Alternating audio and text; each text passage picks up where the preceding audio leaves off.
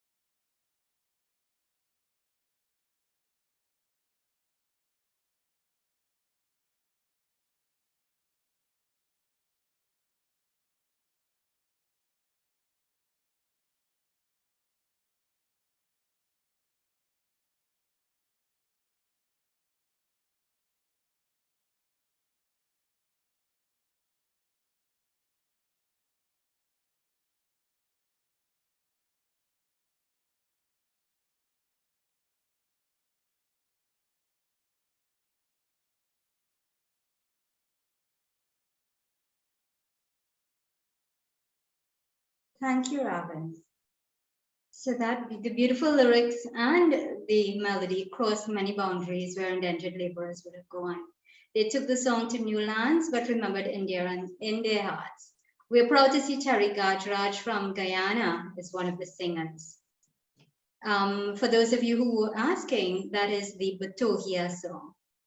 Ladies and gentlemen, this is a weekly forum being hosted by the Indo-Caribbean Cultural Center, a legally registered research and publishing company operating since 2010. And like today, we often partner with the Amina Ghafoor Institute for the Study of Indentureship and its Legacies, led by Professor David Davide. Hello, Professor. Today, our program is being supported by the Sport and Culture Fund of the Office of the Prime Minister of the Government of Trinidad and Tobago. Let us begin today by asking that all of you please mute your microphone unless you have to speak. The microphone icon or symbol is at the lower left corner of your screen, and that background noise can be distracting, so let's please try to avoid that. This meeting should not exceed 2 hours. Our topic today, re-engaging ancestral India in the diaspora.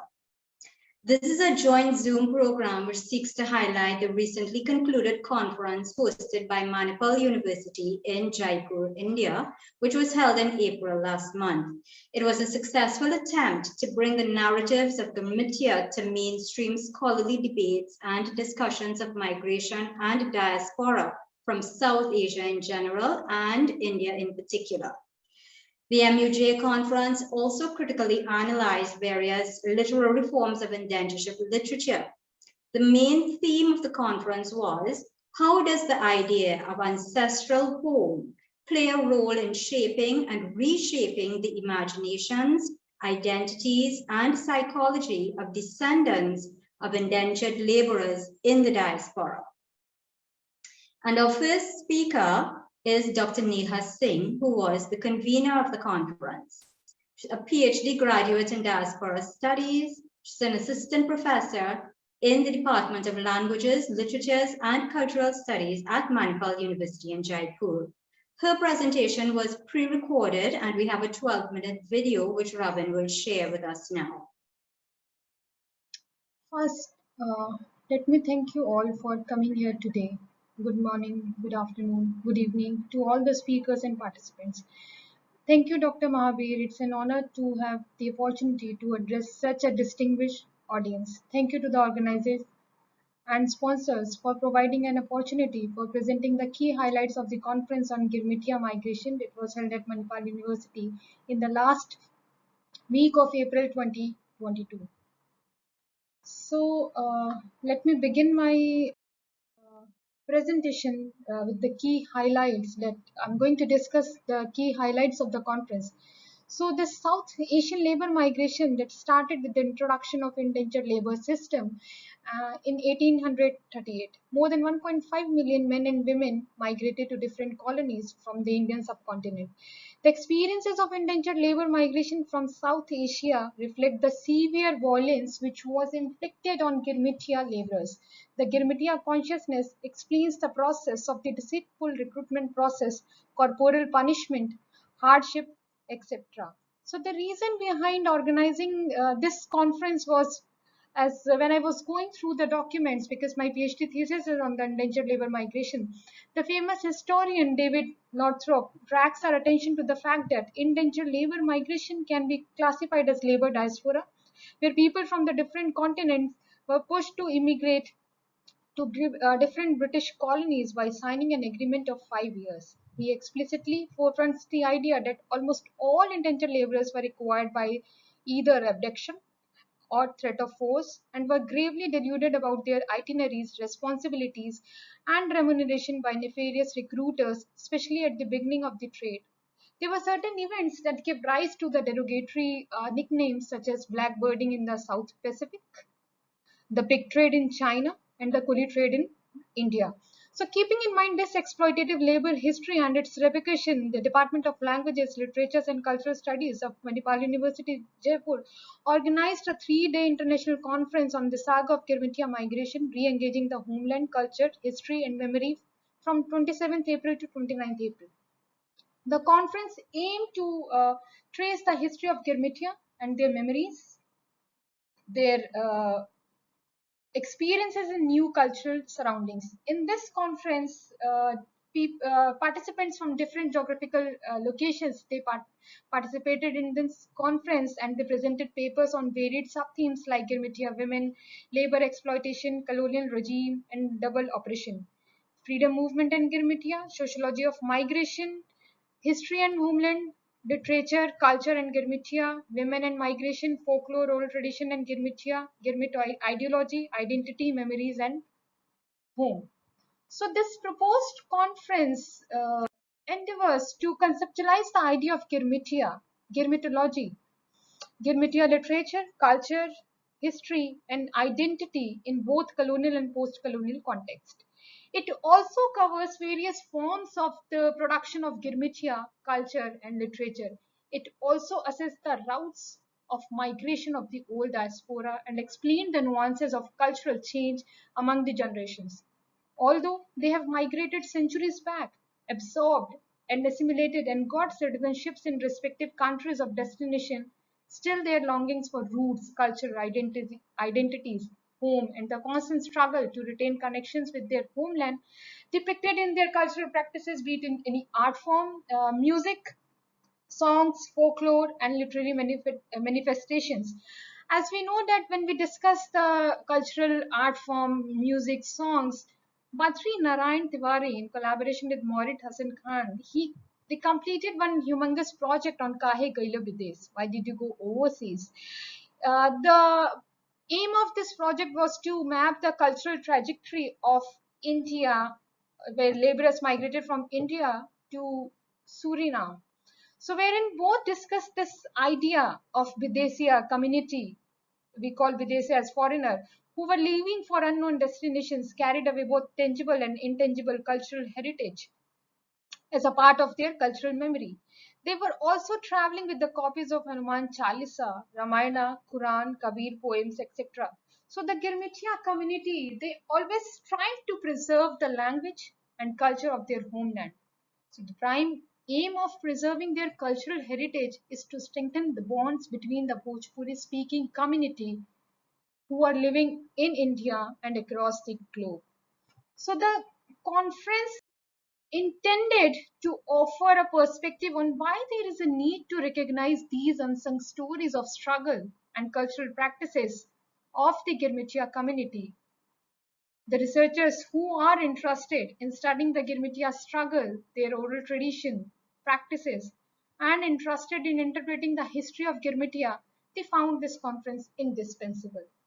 So the main objective of this conference was to create a dialogue between scholars from different disciplines, because academicians and scholars, they contributed their findings and they belong to different academic disciplines, be it psychology, sociology, English, and other social science discipline. So the aim was to provide a global platform to all the researchers and academicians to explore the possibilities of gaps in Girmitia migration. It also tried to address the need and solutions to safeguard the tangible and intangible heritage of the Girmitia community. It also strived to maximize the global efforts in abolishing the different forms of slavery and labor exploitations and their repercussions in the present day. It understands the deep relationship between the mass displacement of the people in the name of great experiment of indentured labor migration and its relevance for the present day.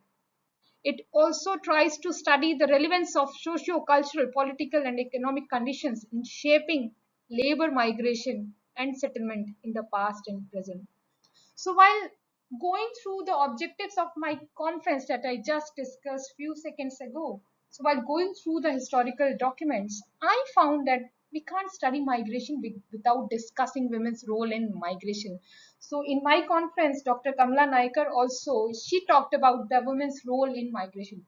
So therefore, this conference envisaged understanding the impact of migration and coercive labor forms on women's agency and exploring the role of women during migration and in the period of settlement. There were total number of 75 participants participated in the conference from different geographical locations. Some of the participants presented diverse ideas from folklores and narratives of Girmitia to the impact of migration on women and homemaking in a foreign land. They also reinforced the idea of how folk culture or folk literature that represents endless literary pursuits that keep evolving, progressing, adapting, and reorienting along with the dynamism of time and the need of the people who create and possess further folklore generation after generation. They also shed some light on the landmark Ganga Talao in Mauritius, the folklore and oral tradition that connected with the Girmitia community. Krishna Gurli, who is also a writer and one of the participants of our conference, defined and discussed his project to map the current locations of the Girmitias in India who voyaged to different British colonies under the Indentured Agreement. Next, Ruben Gorichar and some of the participants talked about women, race, and migration and subjugation, repression faced by women and homemaking in a community as a concept for Girmitias. The presenters also highlighted the need to integrate a gender perspective in epidemiological studies on migration by outlining conceptual gaps and discussing relevant methodological problems. So while organizing, there was a deep thinking in my mind, like how this conference will benefit the society.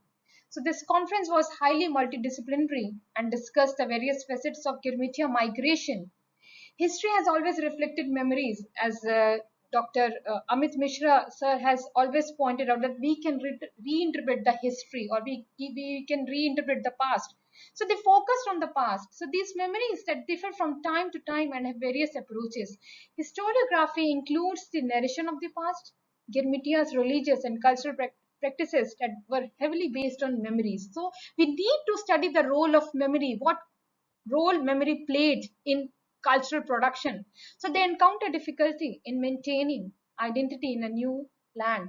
But this conference intended to answer how the Girmitia community, they acted as a gateway to create a platform for cross-cultural dialogue. It envisaged understanding the socio and psychological cost of migration on left-behind communities and their coping strategies. So in this way, this Badri Narayan project that filled the gap, like how these left-behind communities, they address the pain of separation in the form of Videsia folk songs, and how they reflected this pain of separation trauma which they went through or they underwent. Next is, how will this conference contribute to policy making? So when we are trying to study the cultural heritage of Girmitia community, when we are trying to understand the role of memory in cultural production, we need to understand to link the past with the shared future will help in visualizing and preserving our cultural heritage. Policy drive is needed to have linkage, and networking should also include music, literature, writings, and academia. So this conference will help in drafting policy for Girmitia countries in digitization and preservation of that heritage that is on the verge of extinction. So this Videsia folk songs in India also is on the verge of extinction. India has gradually realized that the Girmitia diaspora gives India the depth and spread of global connection. It realizes that Indian indentured workers, despite a century of the abolition of indentureship, have been able to retain their Indian civilization identity and the cultural and diplomatic connection of India with the fourth, fifth, and so on generation of Indian indentured diaspora that needs to be forcefully augmented. The outcome of this project that we are going to publish 2 volumes on literature of Girmitia or their cultural practices, how they reproduce the culture in foreign land. So we have collaborated with Pelgrave Macmillan and Routledge. So soon we are going to publish the papers in the book volume. Now I close my presentation here and would like to thank Dr. Mahabir for arranging this discussion and all the speakers who are here to discuss various facets of Girmitia migration. My sincere gratitude to Professor Ghansham, Dr. Kamala NAIKER, Dr. Amba Pandey, and Dr. Brahma Prakash, who agreed to be there at my conference as speakers, and they shared their views and their new perspectives in Girmitia diaspora. My Special thanks to Mr. Satyendra PEERTHUM, who always motivated me and supported me as a mentor throughout the conference. Lastly, I would like to thank Professor Amit Mishra, because we have listened to his lecture most of the times, and whose writings always gave new insights to all the researchers of migration studies in India and across the globe.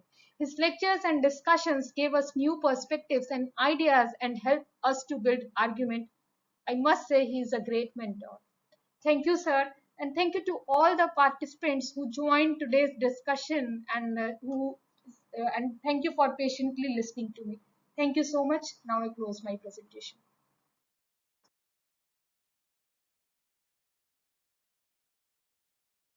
So that was excellent from Dr. Neha Singh, and she has actually set the stage quite nicely for our other presenters.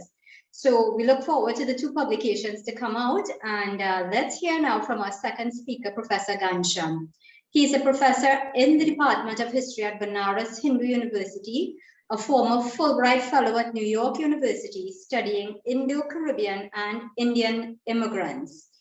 Professor Ghanshyam, welcome. You can go ahead and share your PowerPoint, and please speak for 12 minutes. Yeah. Is it visible? Just 1 second. Yes. Okay. Do you want to shift it into slideshow?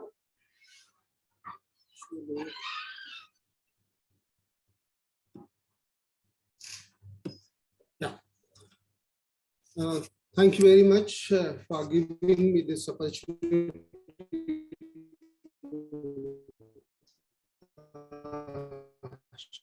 to share some of my thoughts. Actually, my presentation was for the Indian audience. The reason was that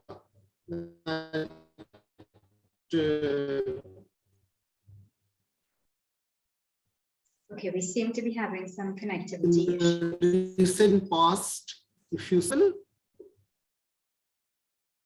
Sorry, you were breaking up. Is it okay? No, you're better. Yes. Yeah. Okay. The reason was that one message was circulating that now world is ruled by the Indian CEOs, whether it's CEO of Google, Microsoft, so on and so forth.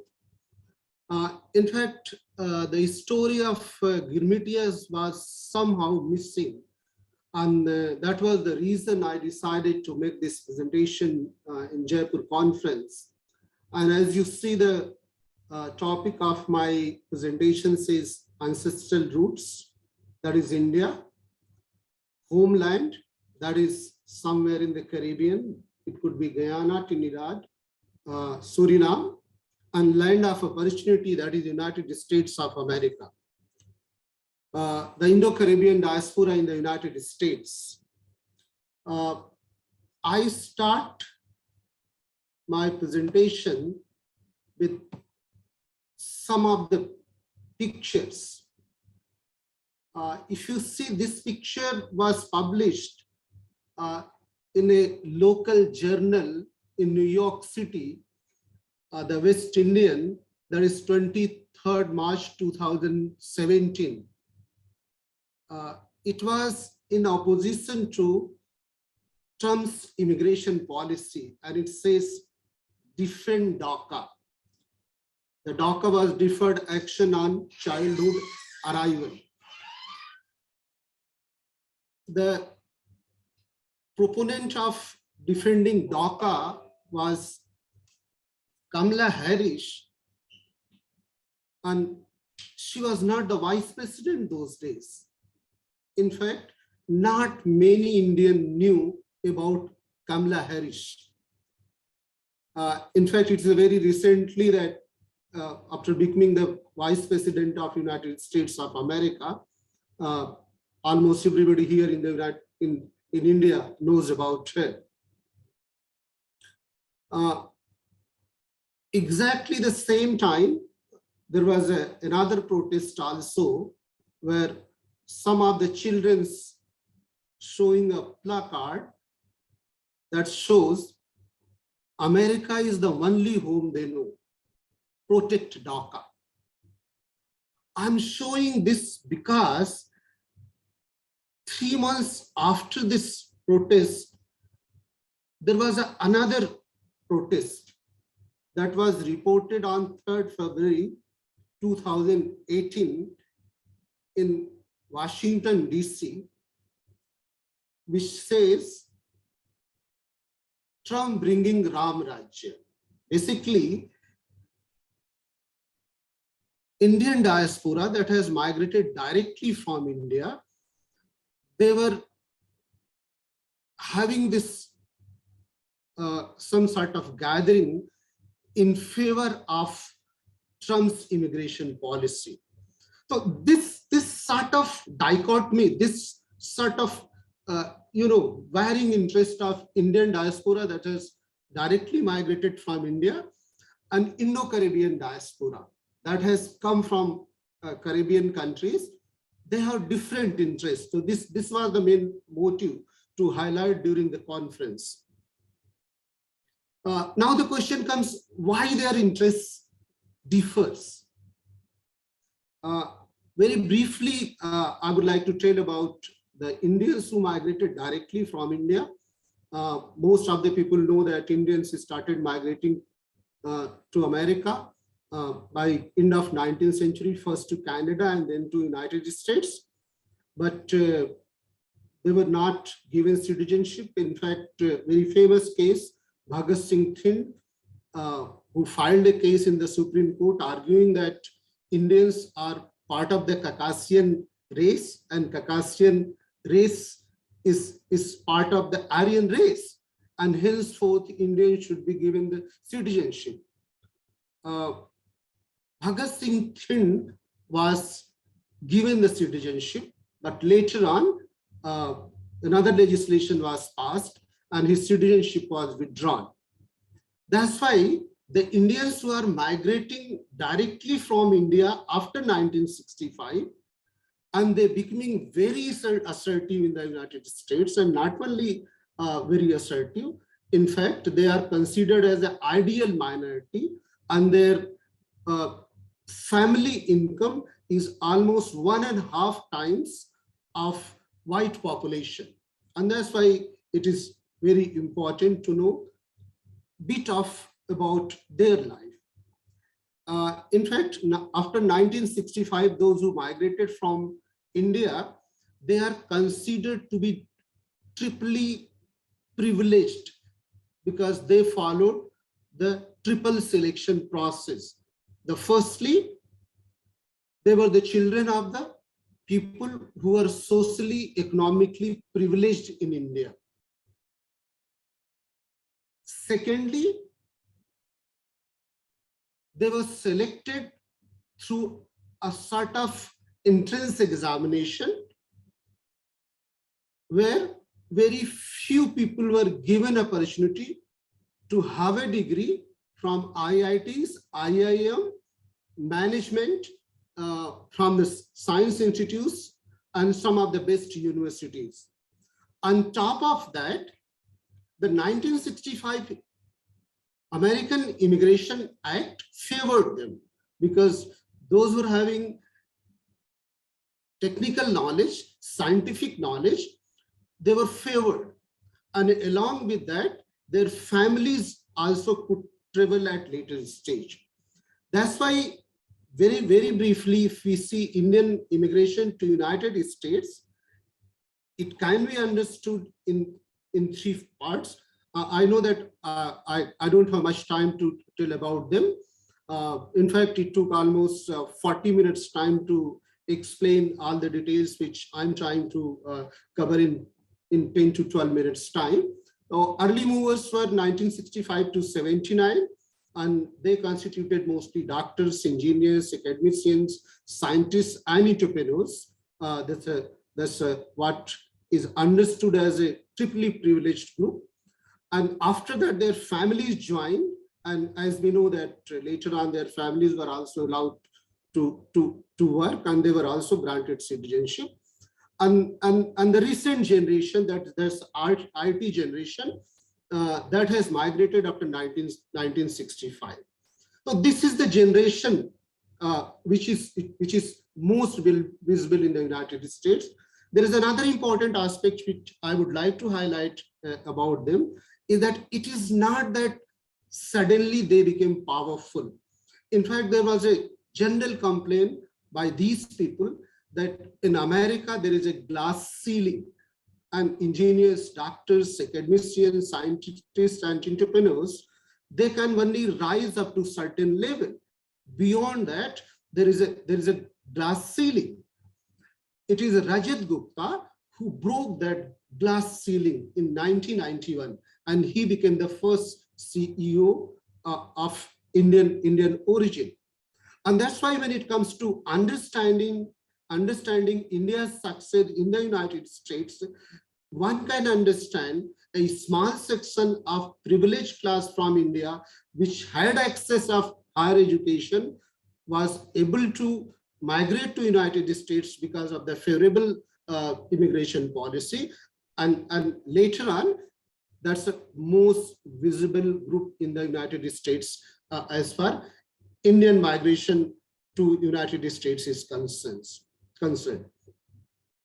When it comes to Indo-Caribbean, and I know that I could see more than a dozen people sitting in the audience, those who helped me to collect data, those who explained me about Indo-Caribbean while I was at New York University conducting my research as a part of Fulbright Fellowship.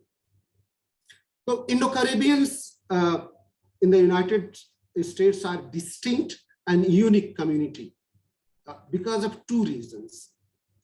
The government records, they are counted as people of Caribbean, and those who live in New York and United States, they know that Caribbean becomes synonymous with Black people. But socially and culturally, they are recognized as Indian. They also started migrating in the beginning of the 20th century, but most of them, they went there as laborers.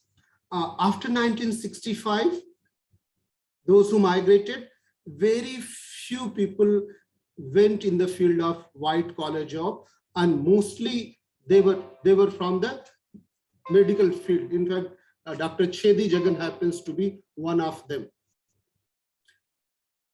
If you see the overall migration from the Caribbean to rest of the world, mostly to the developed countries, UK, Canada, Australia, and few more countries, their number was approximately 6 million. And out of 6 million, approximately 60% went to the United States of America. That is approximately 3.6 million people.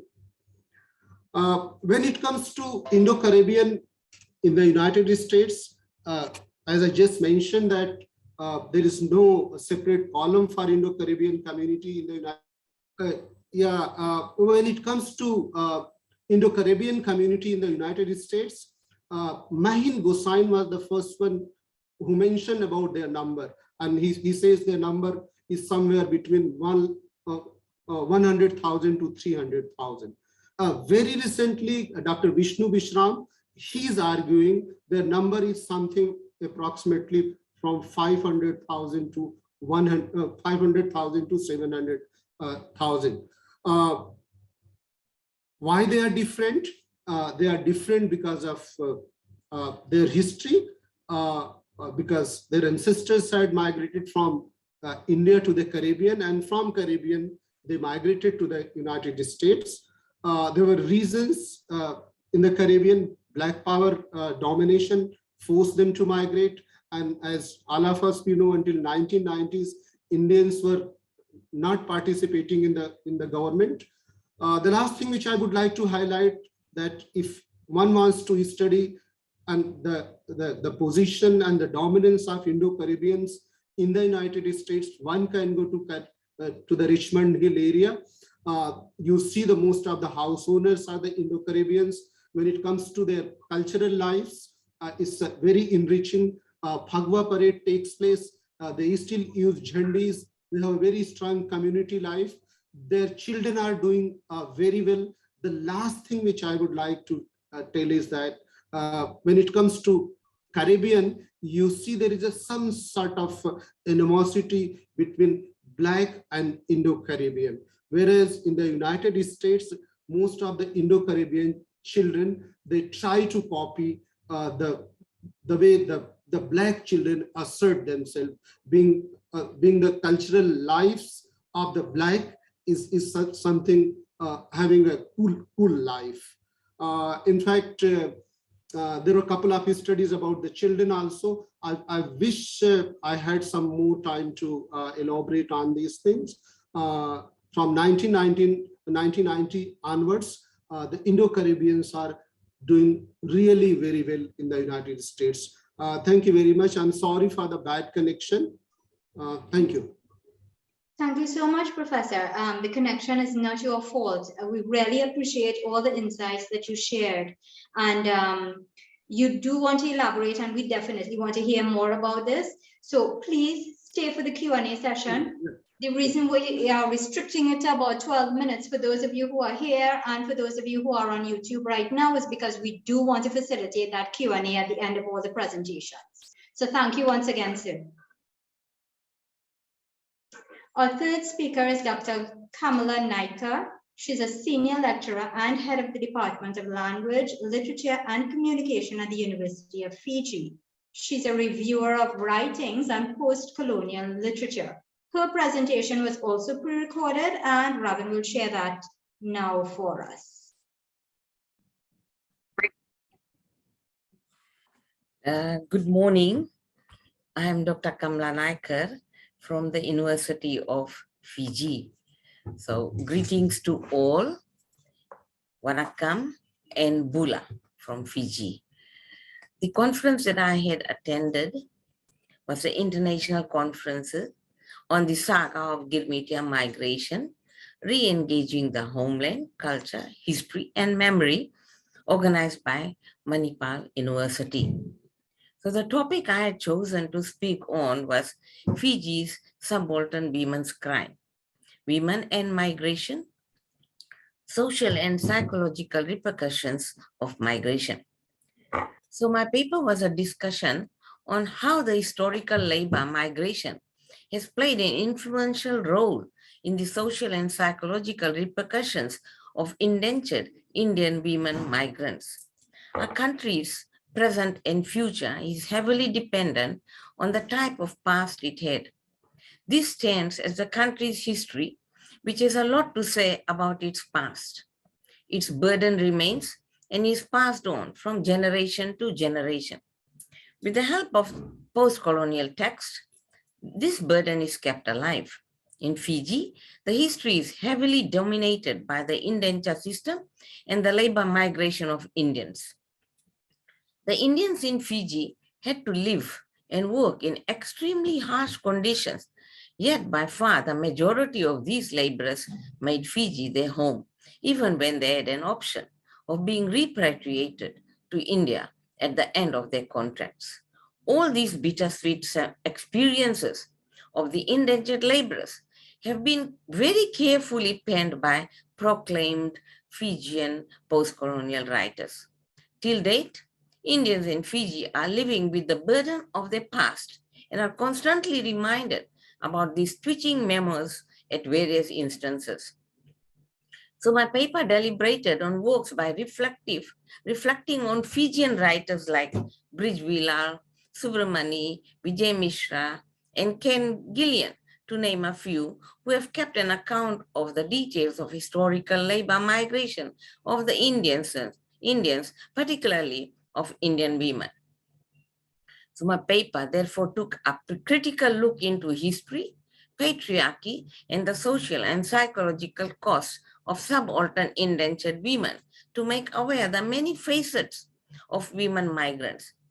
So the aim was to warn the men to reconsider the negative notions about women and to also appreciate their contributions in the well-being of their societies their families, and the upbringing of the children.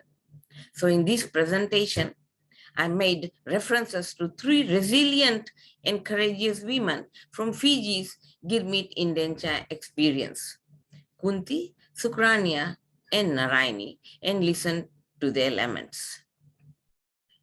So I'm of the belief that a large number of people in Fiji and in the Fijian diaspora are not familiar of many facets of Fiji's Gurmit history. There could be the reason. This could be that the indenture history is not part of the syllabus in Fiji schools and universities. Indenture evidence with data and statistics is in the Fiji's National Archives or Museum, and this literature is not widely available to the public. Various factors contributed to the emigration of Indians, including the lack of employment, extreme poverty, droughts, and famines in India. Although these were some of the push factors that led many Indians to migrate to Fiji, others arrived under false propaganda. An Indian laborer named Totaram Sanadia described in his book, My 21 Years in Fiji, how numerous Indians like himself were deceived and taken to Fiji, because they were told by the recruiters that everything is great in Fiji, and Fiji is very nearby. There's a lot of food like bananas, sugarcane, and you have no worries, no suffering. But none of this turned out to be true.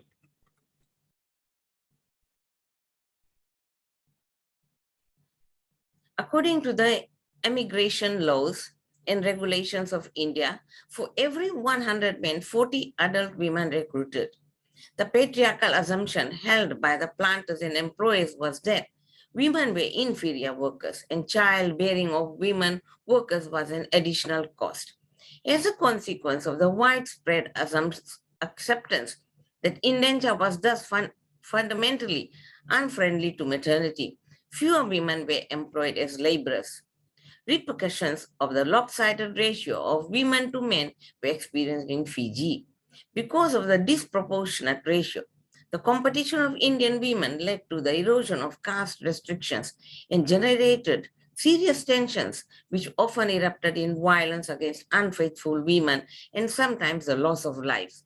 In a similar way, sexual jealousy, the term used by colonial officials, was an outcome of the gender imbalance in Fiji and subsequently the cause of an abnormal number of murders and kindred crimes amongst Indians. The colonizers attributed such crimes to the status of the laborers, often referred to as the dregs of Indian society. The migrants came from all classes of rural North Indian society. It's a known fact, but the authorities felt that it was necessary to remind the Indians of their proper place in the colonial social hierarchy as part of the ideological underpinning of European dominance. Banally, Indian laborers described the indenture experience as narak, hell, conflicting the official arrogance that the contract would offer material advantage to the workers who were used to toiling from sunrise to sunset and ask as their ration only a few ounces of rice. The predicament of women during indenture was particularly appalling. In the coolie lines barracks, many of them were subjected to domestic violence, rape, and sexual assault by the European overseers. Their local counterparts were sirdars and indentured men. They were also expected to work long hours in the plantations and faced wage cuts for low attendance during sickness and pregnancy. In this light, the plight of the indentured Indian mother needs to be read as historically specific category framed by intersecting structures of race, class, and gender. I call that triple marginalization, a multi-factor patriarchy, private and public.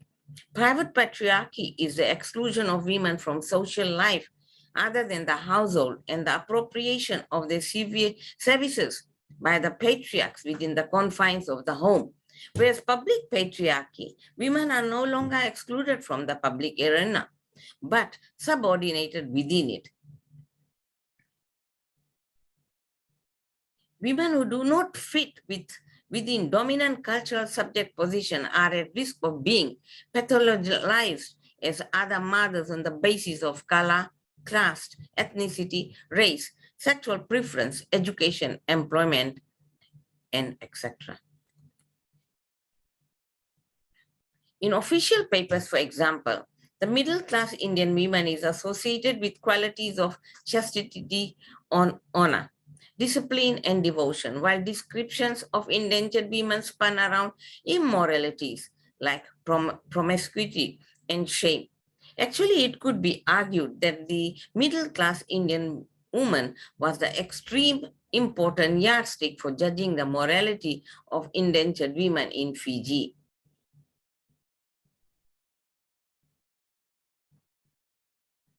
Actually, the mothers and wives should be observed as the preservation of Indian traditions, culture, and spirituality. They express numerous apprehensions about the way indentured women were assumed to be stubbornly breaking codes of patriarchal morality and honor. And those who deviated from the norm were evaded in community discourses.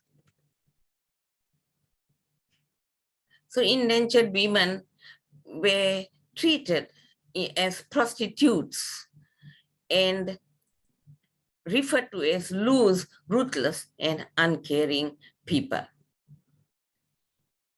After the indenture, the women as prostitute stereotypes associated with indentured women disappeared from the colonial mind in Fiji and was exchanged with the opinion of Indian women as the world's best mother.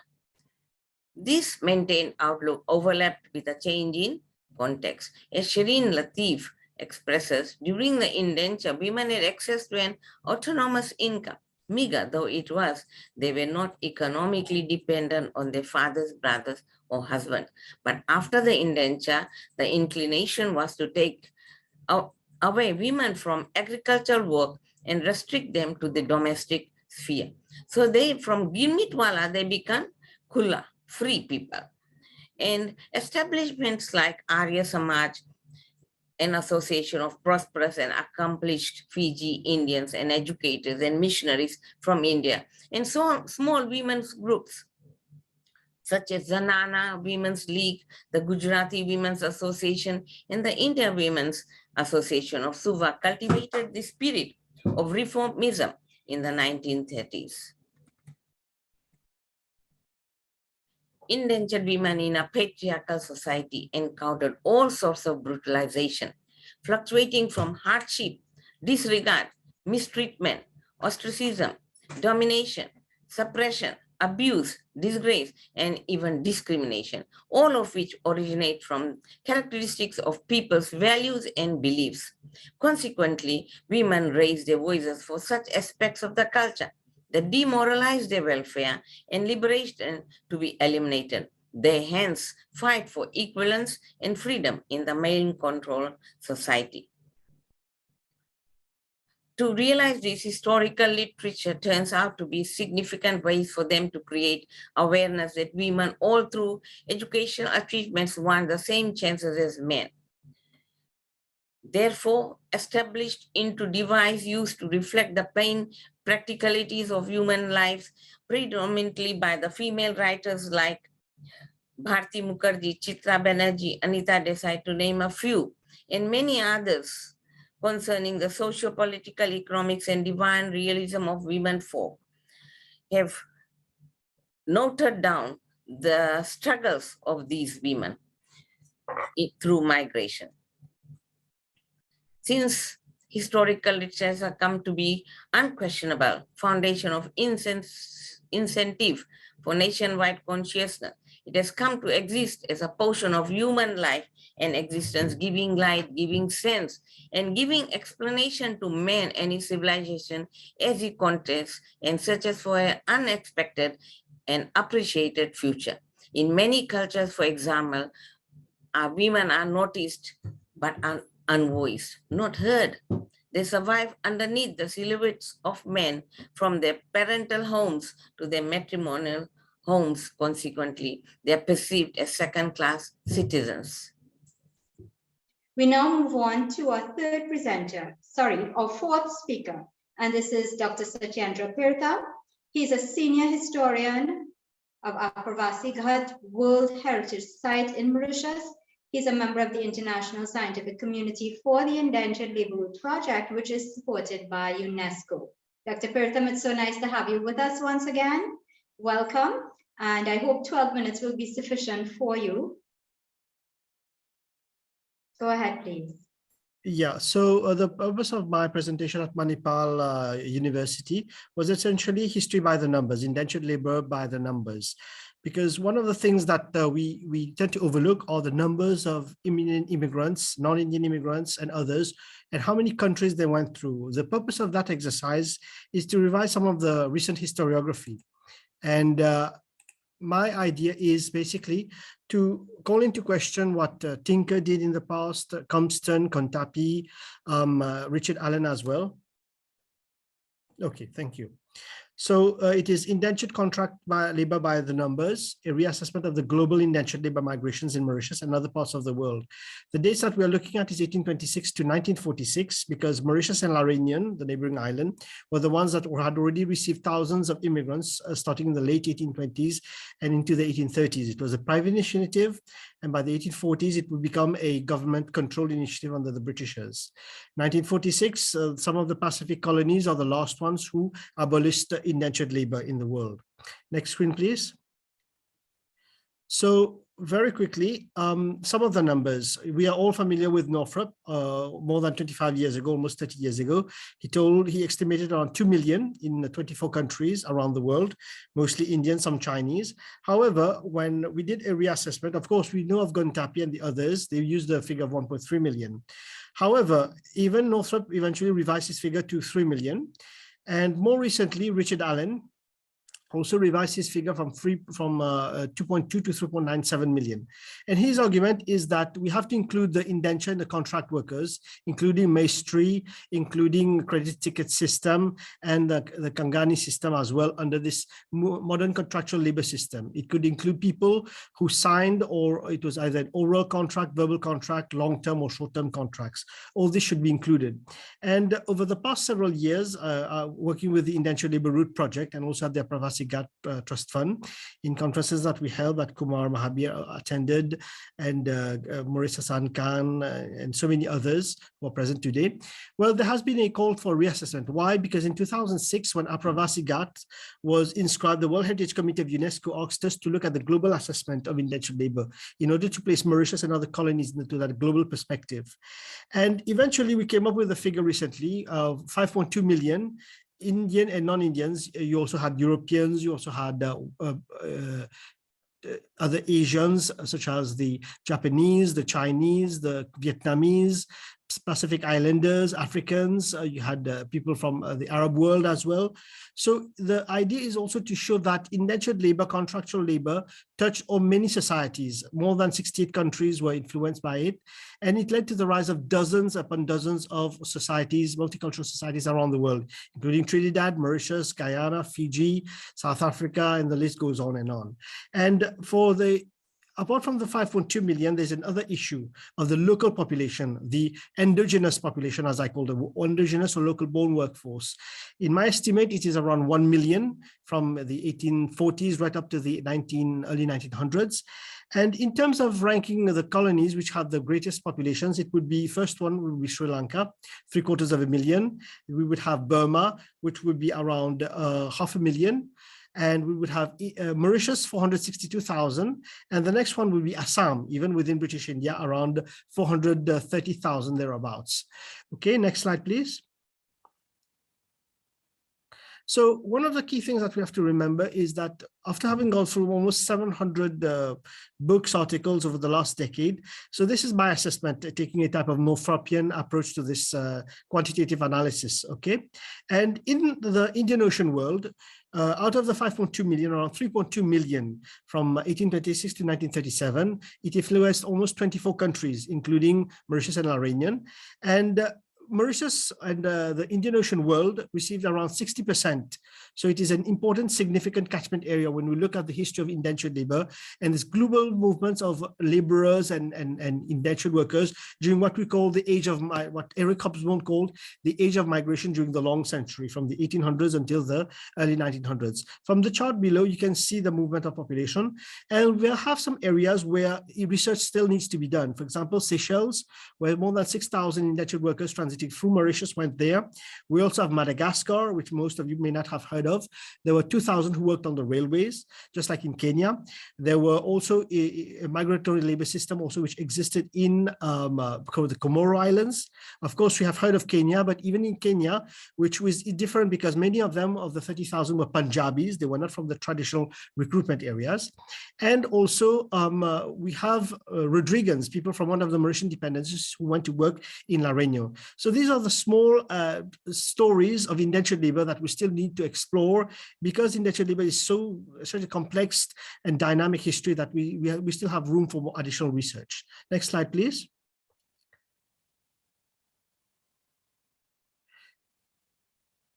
So you can see clearly the Indian Ocean world, while Marina Carter, with whom I wrote my first book more than 20 years ago, she doesn't take into account Malaya, Burma, even Assam and other areas where indentured labor took place. In Mauritius, we received indentured laborers even as far afield as Burma, Ethiopia, India. Even some people from Réunion Island came to work as indentured workers. Some of the people from Mauritius went to work in Natal and helped to set up the sugar industry there. We have the Malagasi's, the Comorians, even some Arabs. And you can clearly see from my description that I give you, even from China and even further afield, that Mauritius as well was really a crossroads of indentured labor. And out of the 463,000, 462,000, around 10,000 or 3% came from these different parts of the Indian Ocean world. Next slide, please. So one of the things that Richard Allen speaks is the tyranny of the particular, which some of you may have heard about. It basically calls upon the need to put indentured labor in its global context as its contribution in the rise of modern world history and the emergence of these multicultural societies.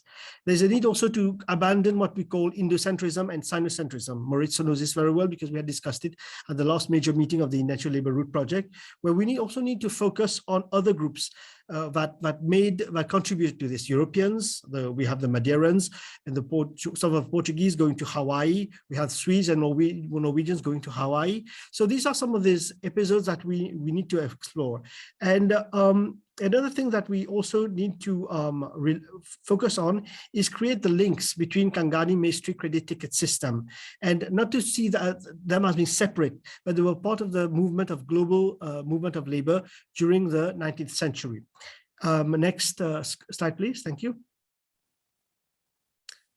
Sorry, the picture that you saw before was some of the Mauritians who were engaged during the late 1800s and early 1900s. In Mauritius, we have 175,000 immigrant pictures, and thousands of these pictures were taken of local-born Mauritians who engaged under 5-year or 1-year contracts.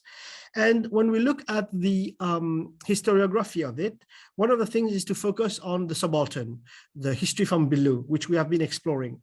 There's a need to also remember that indentured laborers didn't only go to the work on sugar estates, but also they went to work on tea, coffee, rubber, indigo, clove, vanilla plantations. They worked in the gold, silver, iron, copper, coal mines. They worked on the public works in different colonies, in bridges, in the rice fields, on ships, etc. And we must remember, for example, in Mauritius, hundreds of indentured workers were brought under special contracts to work on the railways from the 1860s until the early 1900s. And also, we tend to focus mostly on the English, on the British, on the French, when we cannot forget that there were also Portuguese. Of course, there were the Dutch, there was also the Germans, there was also the Danish, other global powers who were involved in this, as well as other independent countries such as Peru, such as Hawaii, where indentured labor. When we look at it from this perspective, we can clearly see it was truly global. It was a vast movement of population. Of course, it affected more countries and societies than slavery, but not in terms of sheer numbers as the millions upon millions of our African brothers and sisters who were taken from Africa. So let's move on to the next slide, please. So in Mauritius, as I was telling you, we even received Siddhis from India as indentured workers, those of African descent. We received people from Abyssinia or Ethiopia. And the key thing with Mauritius is that we receive indentured laborers from almost all parts of South Asia, as far as field as Assam, Bhutan, the Balochistan in Pakistan. So even some came from Afghanistan, from Rajasthan, Kashmir. I found one immigrant as early as 1838 coming from Srinagar. We had tribals, we have Hindus, Muslims, Christians who came, so Eurasians. So you can see it was quite a melting pot from Madhya Pradesh, even beyond the traditional 4 major areas. And one thing that we have to remember when looking at indentured labor, that it was part of this seasonal migratory labor system. With the lockdowns that happened in India recently, we became aware, or we were more aware, that there were hundreds of millions of our Indian brothers and sisters, seasonal and migrant workers. And the indentured labor system, to a certain extent, it became an extension of this system that existed in India for thousands of years, from the time of the Indus Empire, under the Gupta Empire, Mughal Empire. And of course, under the Mughal Empire, it really started to take a more pan-regional structure. And the British, of course, when they came onto the scene, they exploited it, and the French as well, they exploited it in colonial India, and which eventually found its way in different parts of the world. Next slide, please.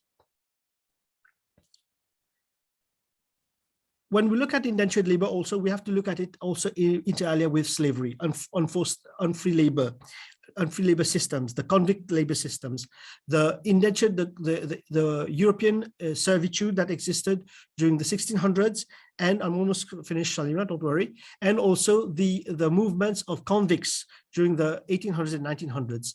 It is in this perspective that we'll be able to get a more clearer picture, the place of Mauritius, the other colonies such as Trinidad, South Africa, etc., in this making of the modern world, and the place that indentured labor occupied in contributing the making of this new global world system and modern contractual labor system.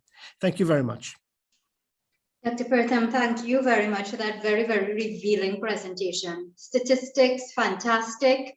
I have here, Mauritius was also very fortunate to have that very significant photograph collection.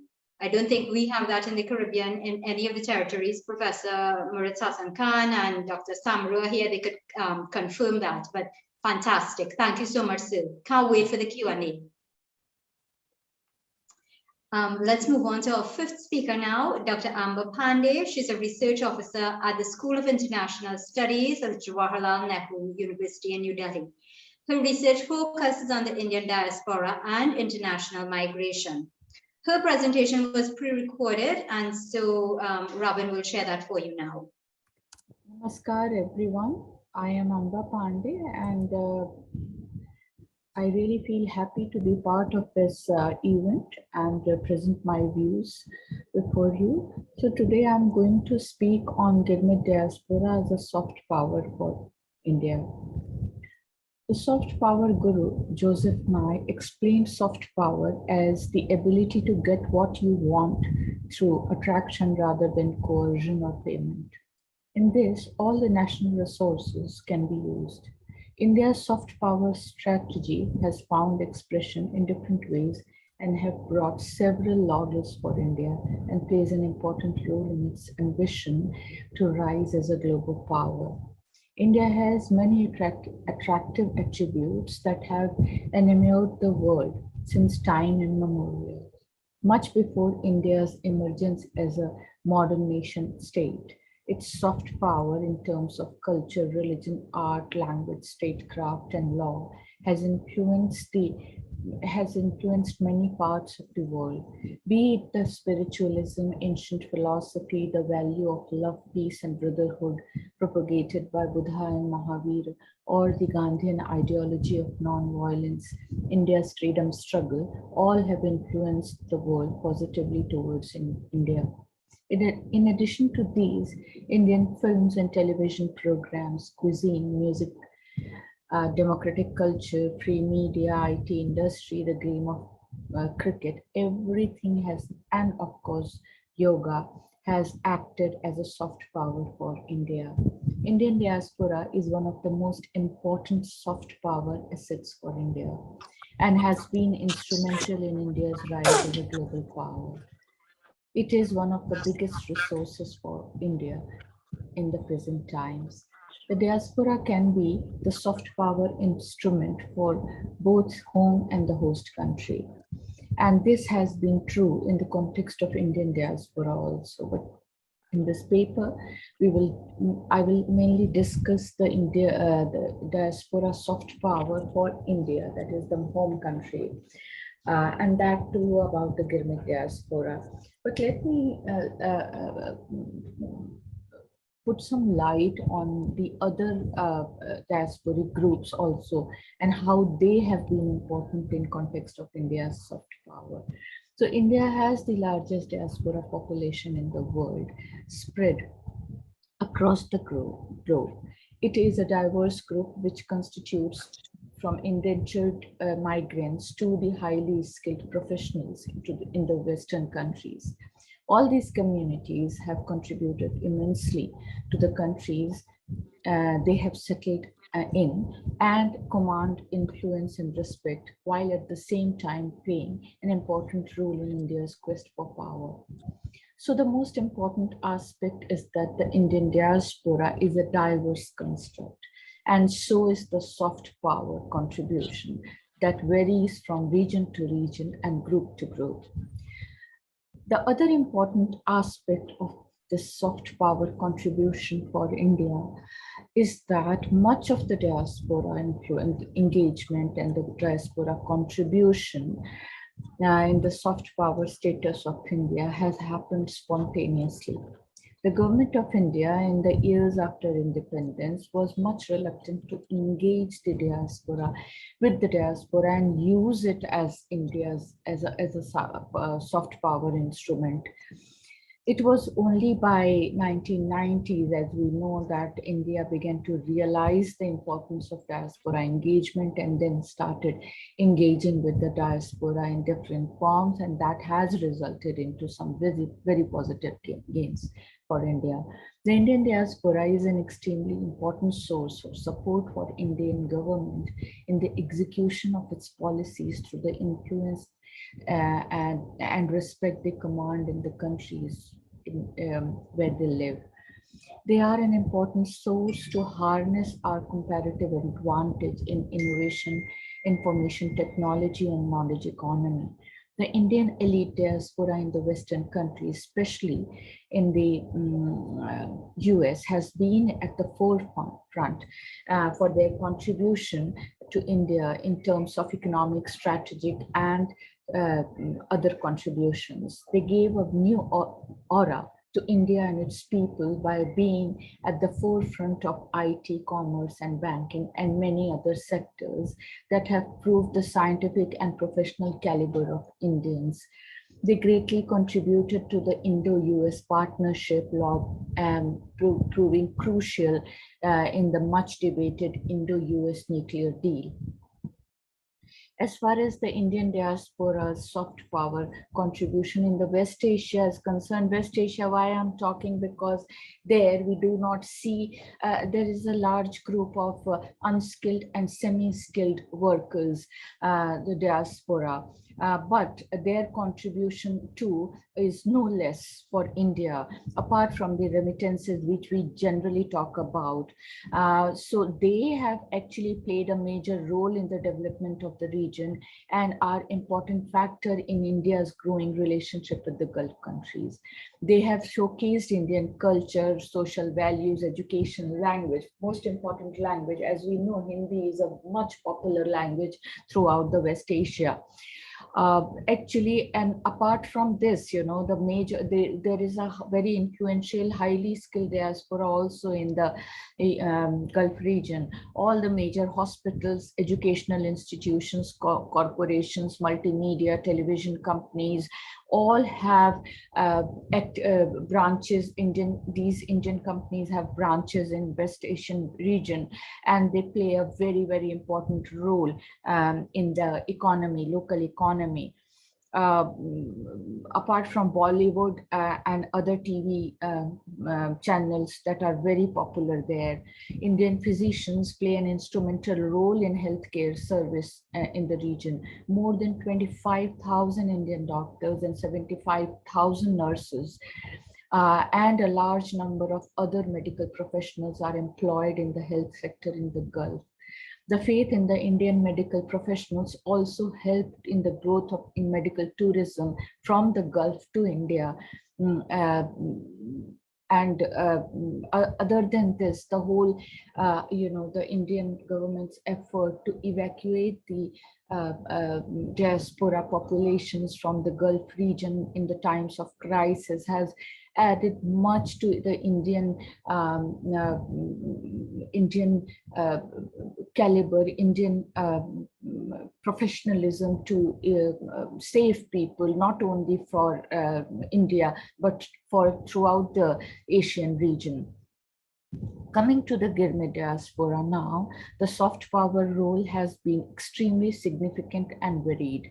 It is interesting, at the same time amazing, to see how they have preserved the Indian culture, cuisine, dress and language even after hundreds of years of separation. They have been the real carriers of Indian culture and are mainly responsible for its geographical spread.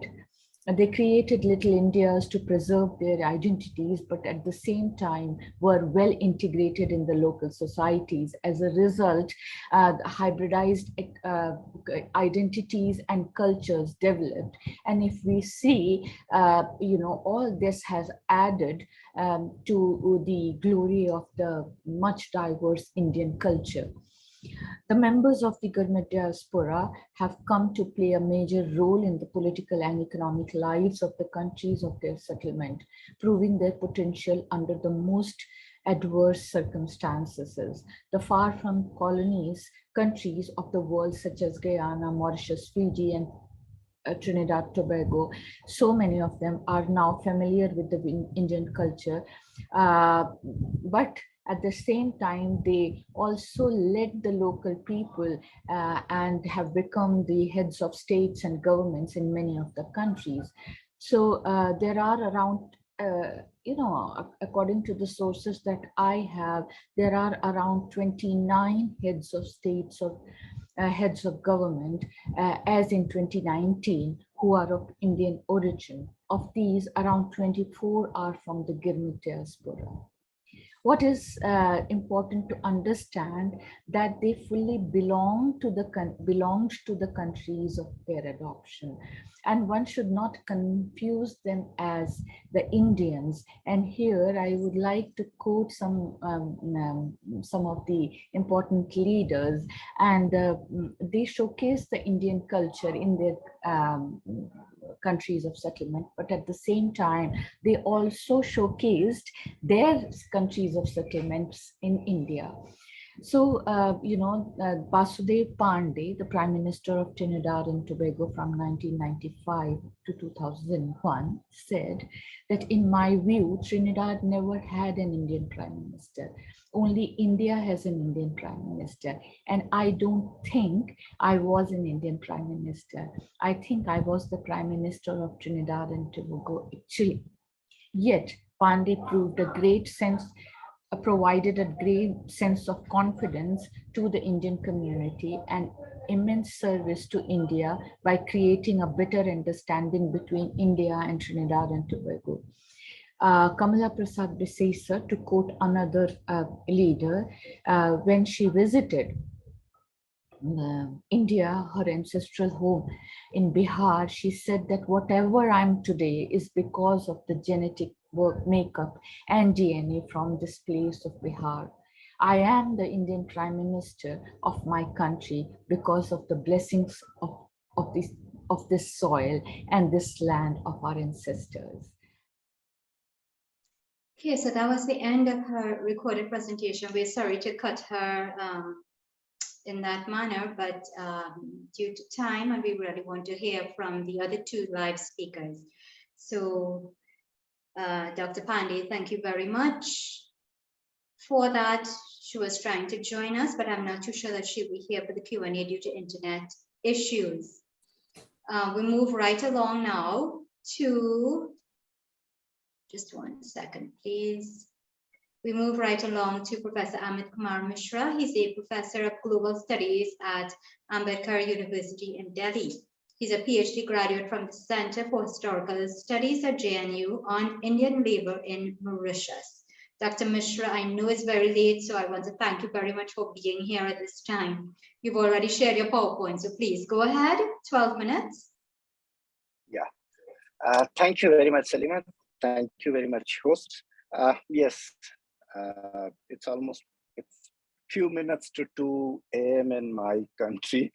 So I may sound a little incoherent and groggy. Please bear with me. So thank you. So, my presentation for Manipal was about this, engaging with the Indentured diaspora. And I picked up Mauritius because that's not only my PhD subject, but, location of my PhD, but also very favorite destination for very unique kind of indenture historiography, which looks at the celebration, which looks at a very kind of a linear transition in the Girmitia diaspora, that from the naked, almost naked, helpless, meek coolies to the prime minister of an independent post-colonial nation. But there is a lot in between, and that is what attracts, and that is what we should focus on, in our writing. And that is where I'm very happy that a lot of things are happening around, but there are also concerns which emanate.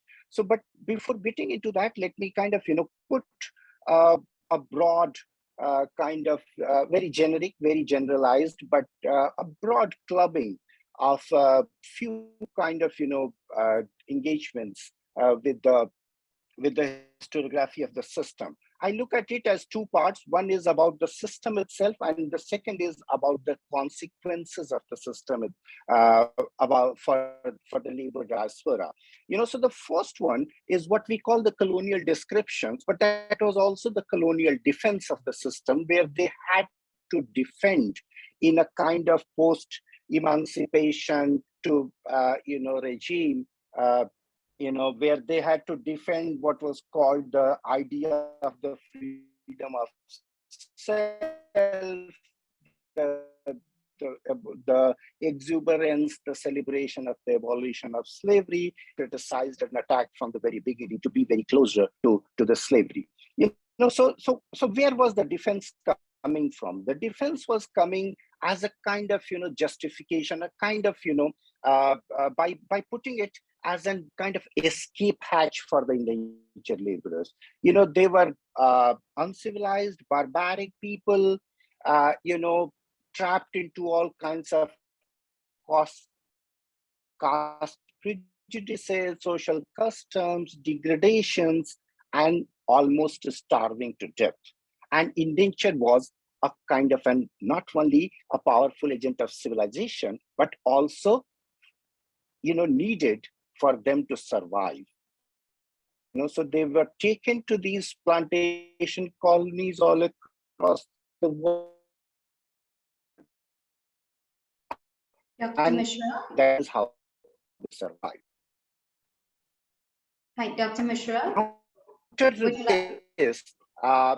you like us to? Yes. Dr. Mishra, would you like us to move your slides along for you? No, I'm moving it. Okay. It's the second one now. Yeah. So counter to this is a kind of a discourse which was a defense and a resistance to the defense, which was coming from, for various reasons, from this very strong nationalist discourse, where indentured and subjugation under the indentured was perceived and analyzed and propagated as a kind of an attack on are very much against the national self-respect, the nationhood. The self was identified with the colonized nation, and then that self was subjugated and endangered, and that had to be rescued. That had to be countered. Indenture system then was a kind of a monstrous evil. The emphasis was on fraud. The emphasis was on force. The emphasis was on the racism, on the kind of, exclusion, which was based on the biopolitics. Then came, the kind of more, post-indenture, post-colonial kind of a new engagement with indenture, the classic Tinkerian thesis of the new system of slavery, and then which was taken up by a lot of Indian historians per se, largely rooted in the labor history, largely rooted into the new Marxist, historiography of the Indian working classes across. So comparisons were drawn with the very material aspects of subjugations, wage payments, etc., etc. Now, this is something which is very interesting, and this is where I want to use in my writings. Not much is coming up for my many other reasons that include setting up a new center at this place where I'm working now on global history. So this is something which is very interesting, and this which is very much continuing till today in the name of revision, in the name of re-revision, and sometimes what I call as a return. How it is returned is something very interesting to look at. The justifications, by many of these historians. P.C. Emmer, one of the classic ones, where he finds this as an escape hatch for the Indians who were into the very,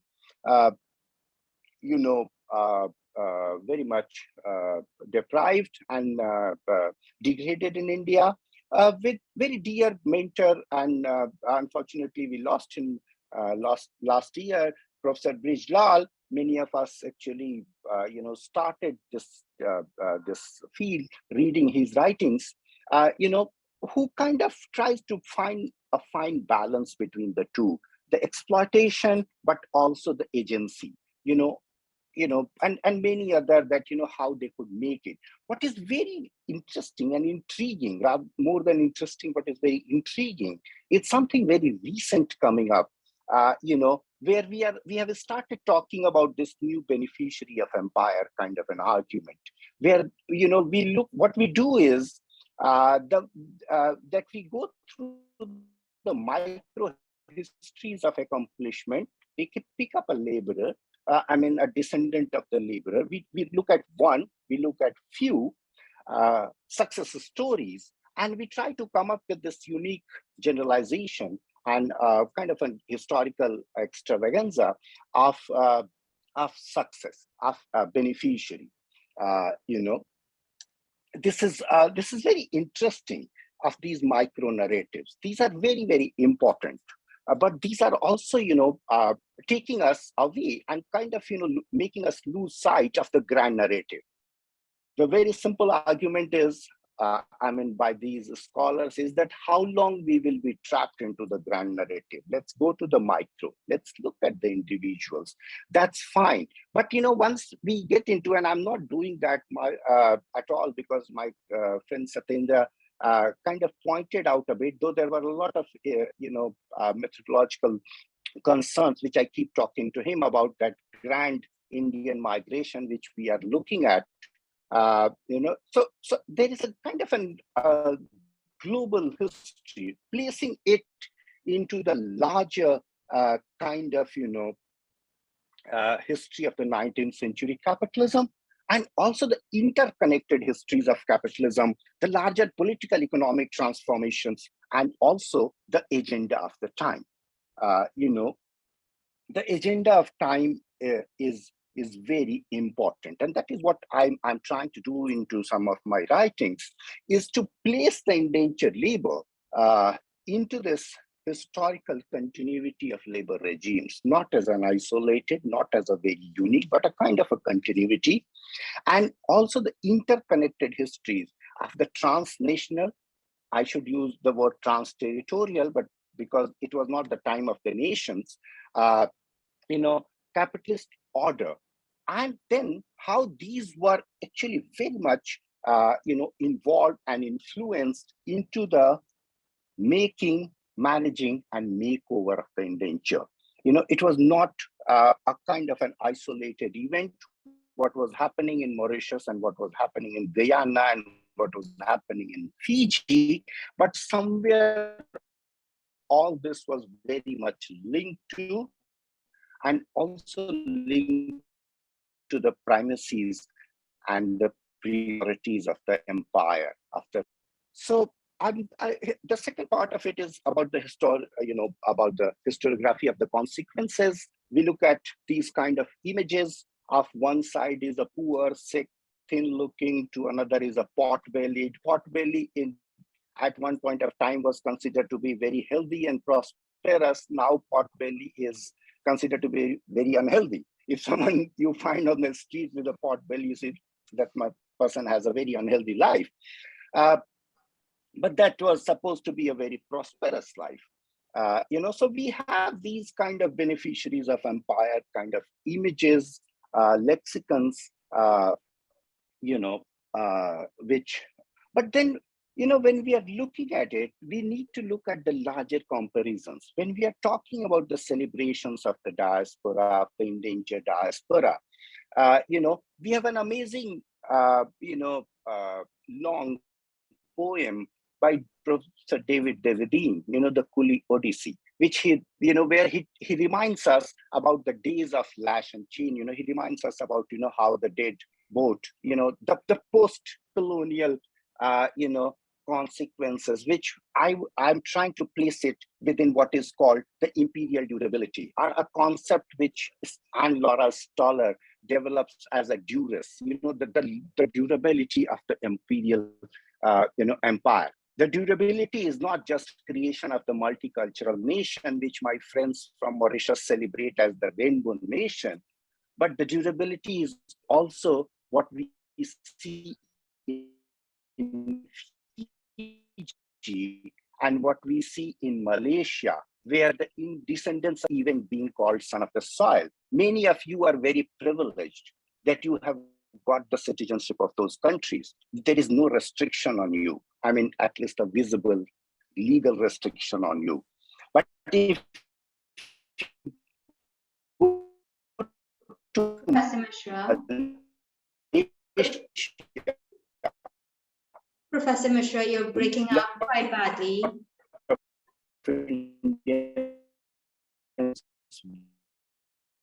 Went to Malaysia as in as what do I do? Can't, I think, do much at the moment. I hope it is better now. Yes, and would you mind making your closing statements, please? Sure, I'm just 1 minute away from that. I'm just 1 minute into. So, when we are looking at these grand narratives and the micro narratives of celebration and beneficiaries, we also need to look at Malaysia. We need to look at a lot of,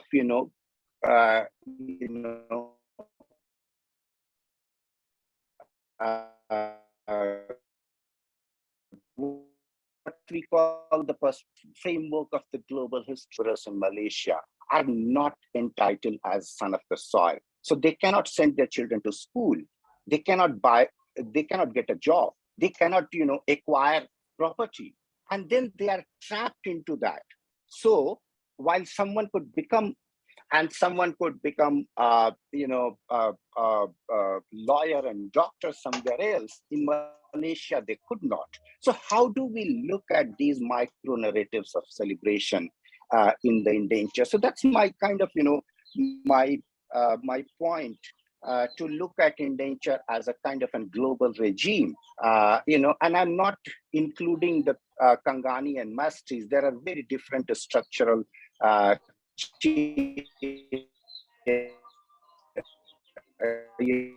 differences,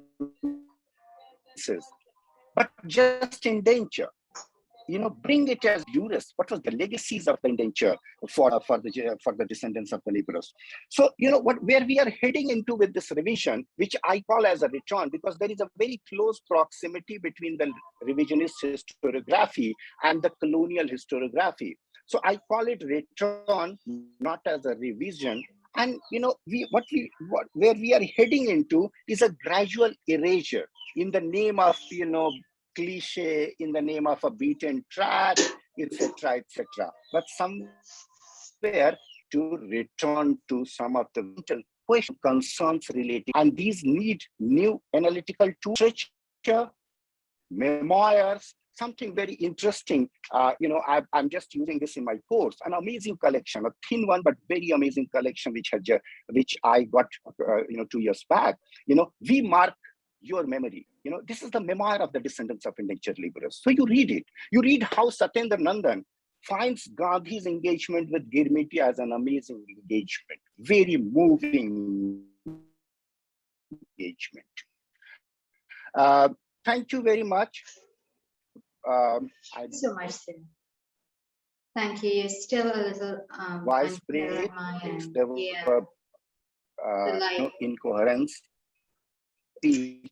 From hope I was here to raise some very. Thank you very much. Yes, thank you so much for sharing that very interesting perspective. And please just hold on a little bit longer. I'm hoping that we'll be able to take some questions for you. Thank you once again. Our final speaker is Professor Brahma Prakash. He's a professor of theatre and performance studies at Jawaharlal Nehru University.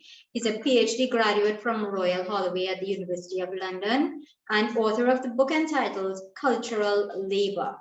Professor Prakash, welcome. Thank you so much for being patient. You can go ahead and share your PowerPoint. You have 12 minutes. Yeah, so I would like to thank Manipal University and NEHA SINGH, Dr. Kumar Mahabir and Salima for organizing everything and giving me this opportunity. I don't have such a work on this whole Girmitia culture and diaspora culture. I'm working on who have been left behind in Bihar. So I'm working more or less, I'm working on more subaltern cultures from Bihar and Uttar Pradesh. And what I'm going to present today is a certain kinds of reflections on what is happening with those cultures, how these cultures have been shifting, what has been a kind of shift, and how in the new context, and therefore memories of the past from the cultures of the present becomes important. On what basis we are going to have a dialogue, with whom you are going to have a dialogue.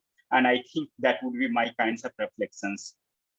In the paper that I have presented in Manipal, it was something different. It was more about thinking in terms of poetics and aesthetics. It was more about death, erotica, and how we are going to see, because there has been a kind of blame from middle class that how Bhojpuri culture, how Maghi culture or Bihari cultures are producing some kinds of erotic culture, some kinds of vulgar culture, and how we are going to see them in context of labor questions, in context of gender question, and in context of larger idea of the globalization.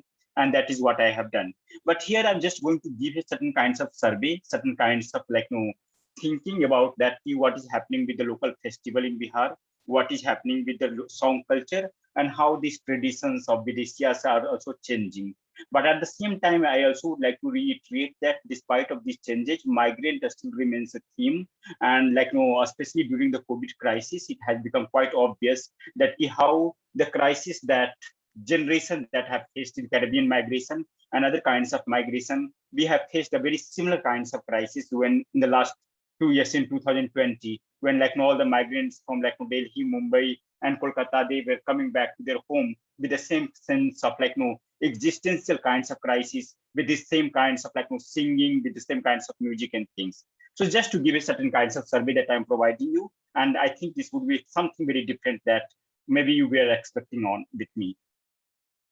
So this aims to offer a brief account of emerging culture in that sense, what is the kinds of new culture that is emerging, and cultural scenario that is emerging in the native land, memory of the past, but not we cannot have a we are of course discussing about certain kinds of past, we are discussing about history, but we are also trying to create a dialogue in the present, and therefore we should know that what is happening in the other parts of the in the native land.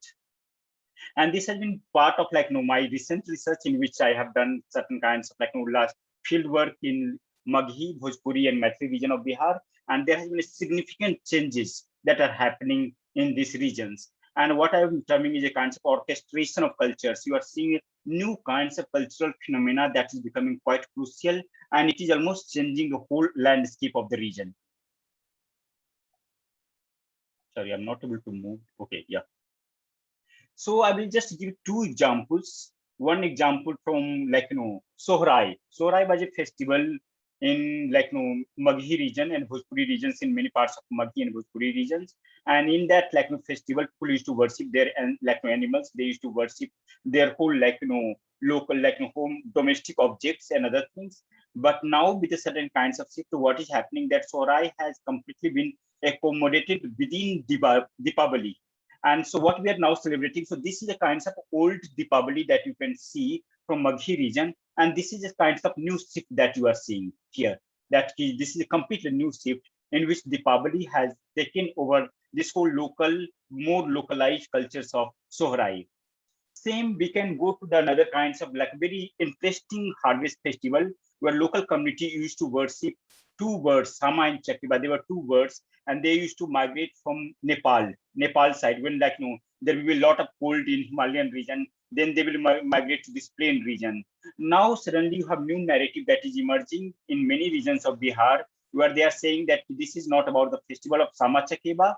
This is the so this used to the way they used to celebrate, especially the young girls, young women will participate in this festival.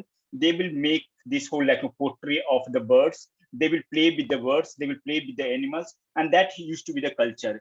Now with the new shift, what is happening that this festival is now claimed as a part of Vedic culture, and now it is considered Sama Chakeva. So Sama is now interpreted as a Krishna or Krishna's sister many times, and this shows that how festival is getting more in a way like a part of the institutionalized Hindu religion. So it does not mean that earlier it was not a part of a Hindu religion. One can say that it was a part of folk religion, but now it is getting more institutionalized with the new kinds of meat, with the new kinds of interpretations. And that is what I'm trying to get a kinds of reflections here. Another major orchestration is happening in terms of music production, song production. So almost you can see a kinds of disappearance of Videshya and Londa Nach that is happening, but also we are also seeing a positive change that is happening. More and more women are joining the performance culture in those regions. You have some new stars are coming. They are very creatively, they are very, very powerful. They are producing lots of songs and music, and they are also still working with the themes of migration. So I would like to play some of the videos to give you a kinds of scenario about that what is happening in the kinds of natives land that site.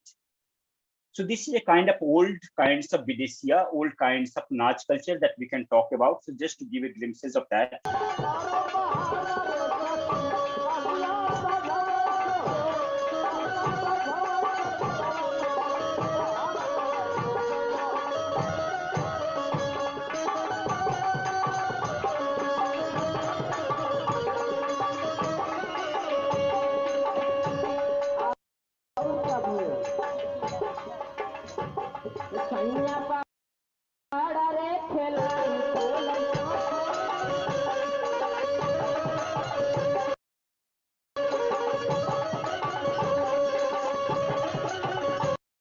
So this is a kind of old one, traditional one, but now I'm giving you a reflection of the new one, that what is happening in the new kinds of production, cultural production.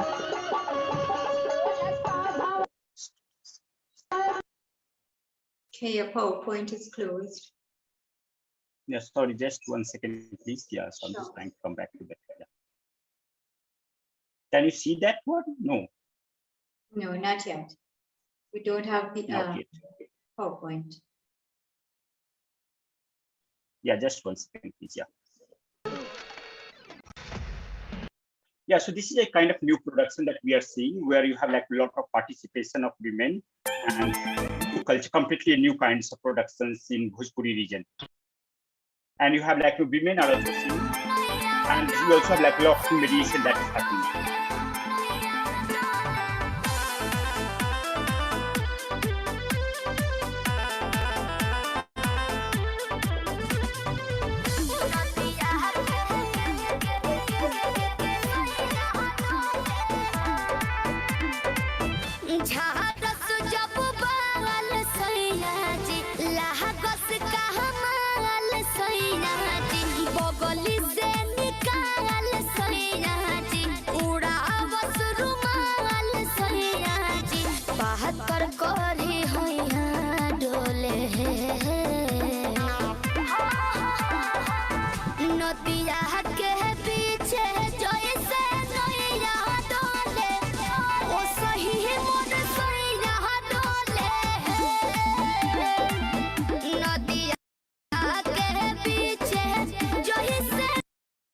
Yeah, so 2-3 things are like significant changes are happening in the terms of landscape. First, earlier, if you're thinking about Bhojpuri region, then you can see Londa as a performers, female impersonators are performing in the like major kinds of theatrical and kinds of like major kinds of performances. But what you can see that largely now you have like a huge participation of women. Women many times are coming from like Bengal region, from Nepal region, but many times also local girls are participating in these local productions. It is getting quite like mediatized now. We have a lot of YouTube production with millions of views. And this is the way they are becoming a star. Many times these are the like performers who are coming again from very working class background. Many times they are working in Kolkata and Mumbai and going back to their going back to their home and putting very like less kinds of money, like 3,000, 4,000 Indian rupees, and trying to do this production. But once they becomes a super hit or once they becomes a star, then they try to put a lot of money, and then they're also producing quite like quality kinds of videos and productions. One more, and after that I will. Okay, to our audience, while Dr. Prakash is queuing up the video, I'll let you know that at this time, only Dr. Prakash, Professor Ghanshyam, and Dr. Amit Mishra are here live with us to take your questions. So please do have your questions ready for them. Thank you. Yes, there has been some positive change, but there has also been a certain kinds of new kinds of trend that has emerged. And you have new trends that has emerged with the DJ music. It's like a very loud kinds of like electric music that is getting played. And recently during this Ram Navami celebration, you had a lot of violence that has happened. And this is quite a worrisome trend that is happening in Bhojpuri. Also in Bhojpuri region, of course, it was happening across India, but this is also happening in a Bhojpuri region, which has never, that region has never faced this kinds of music production, like musical production with a clear kinds of trends of communal kinds of character, very communal kinds of violence. And this is one of the music which I would like to play. And that also shows a certain kinds of major changes that region is facing.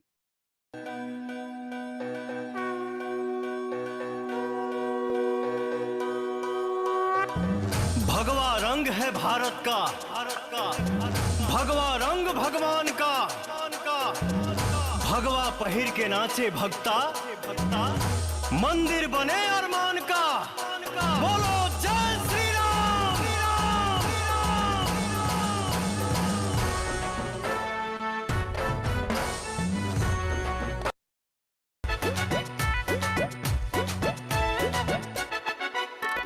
Ram के नाम का झंडा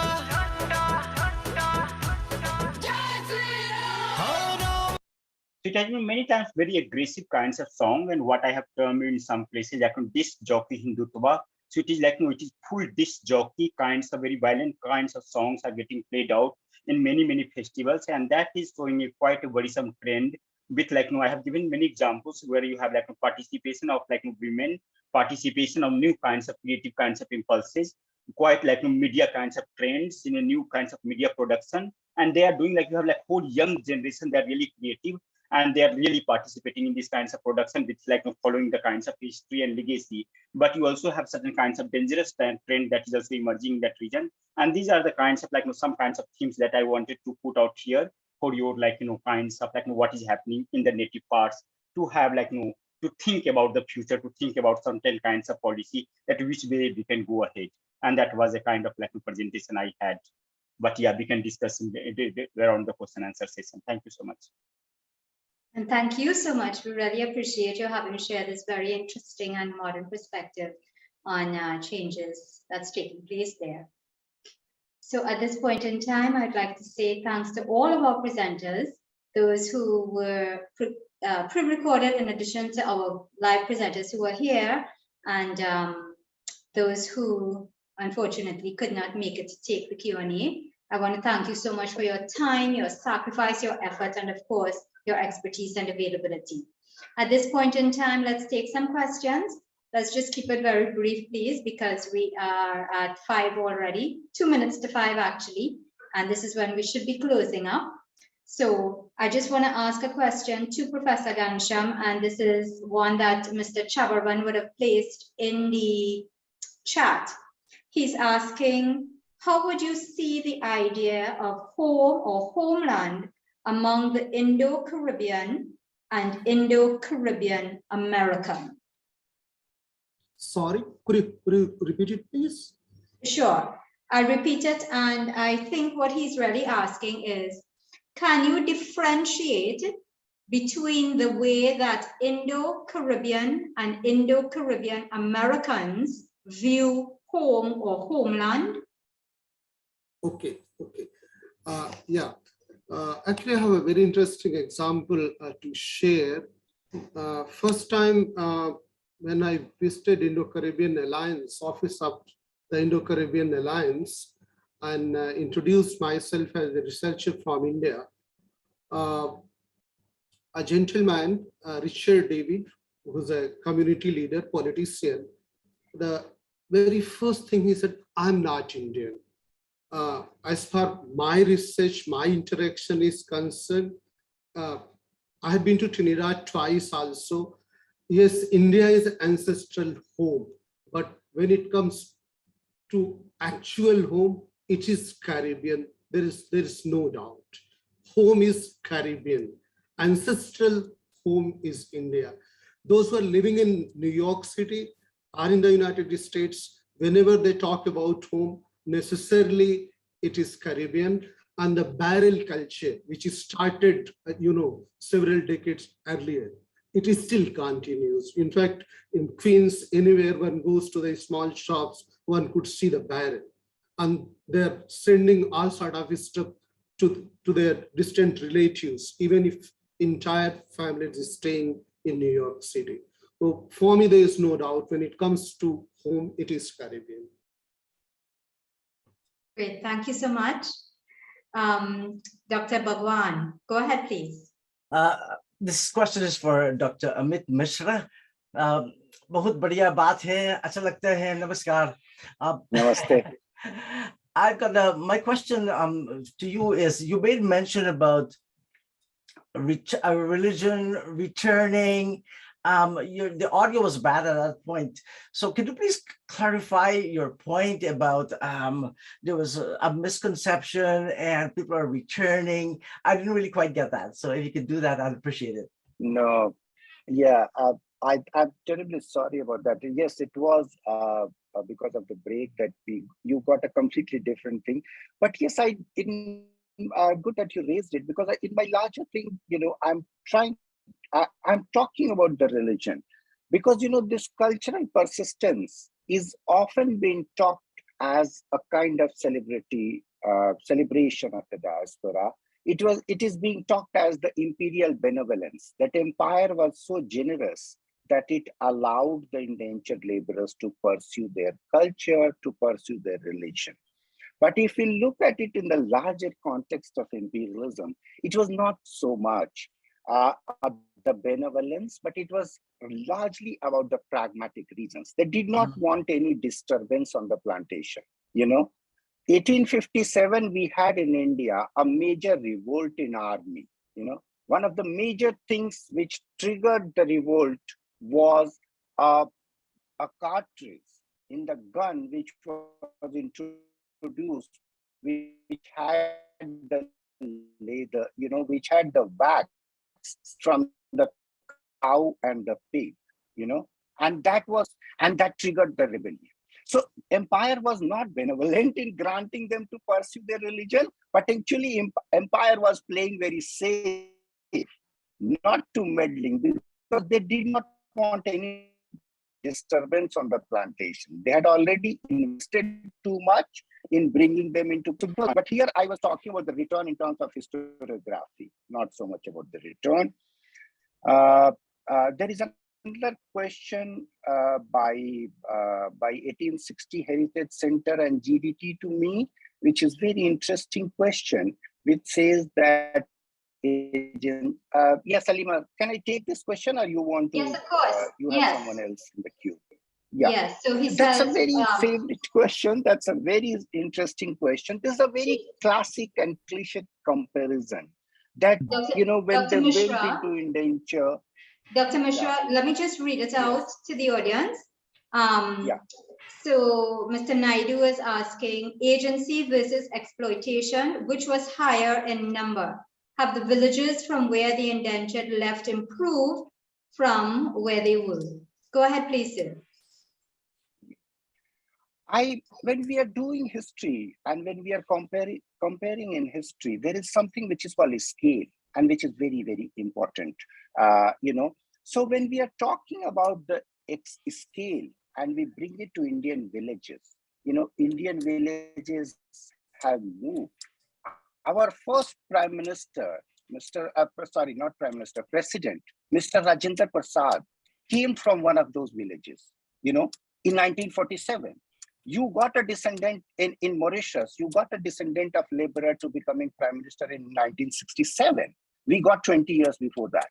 So there is a scale of comparison, that where do we fit? We have a country with 1.2 million population, which has certain transitions.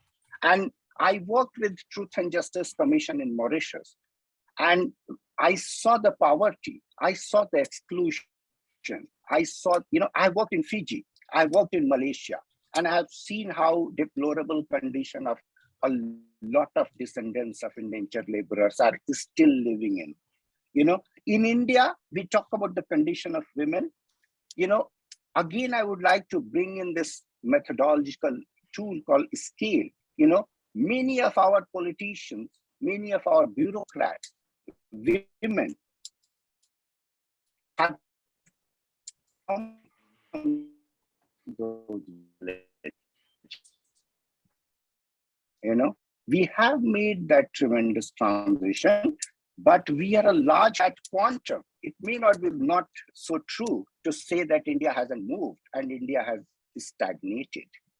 So I would like to keep in mind when we are comparing this, that something which is called scale of analysis.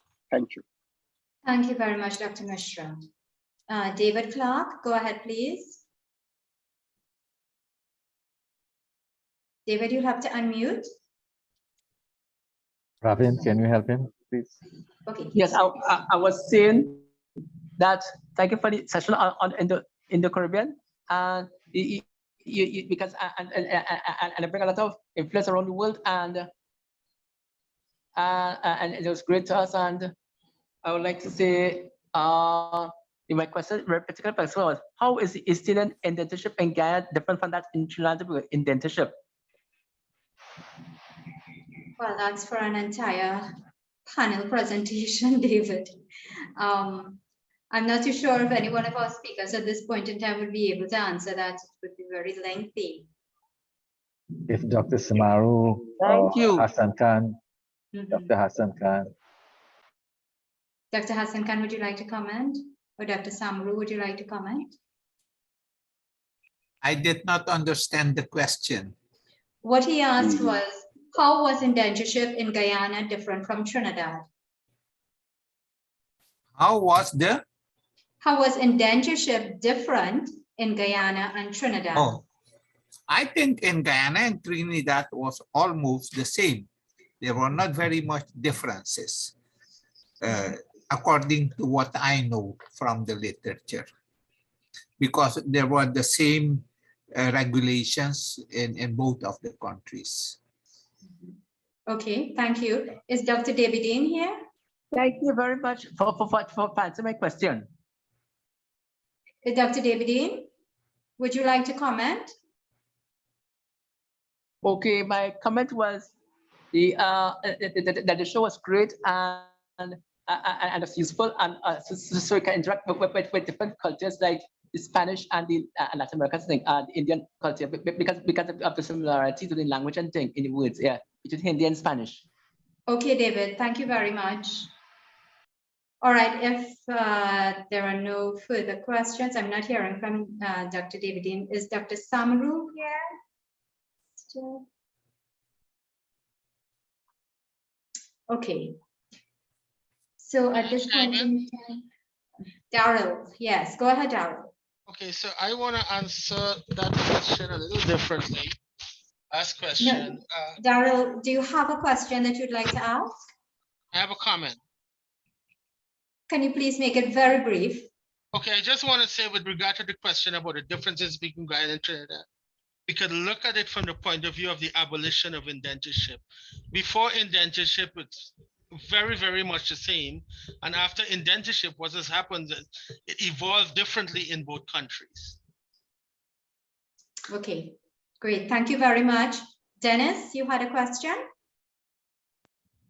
Yeah, I just wanted to say this was a very, very powerful session. I listened to the entire from beginning to end, and there's a lot of great things that came out of this for classroom and for furthering indenture research. I am set to engage some data crunching on migrations of indentures through the period, and I just wanted to put that out there in case there was anybody interested to get in touch with me.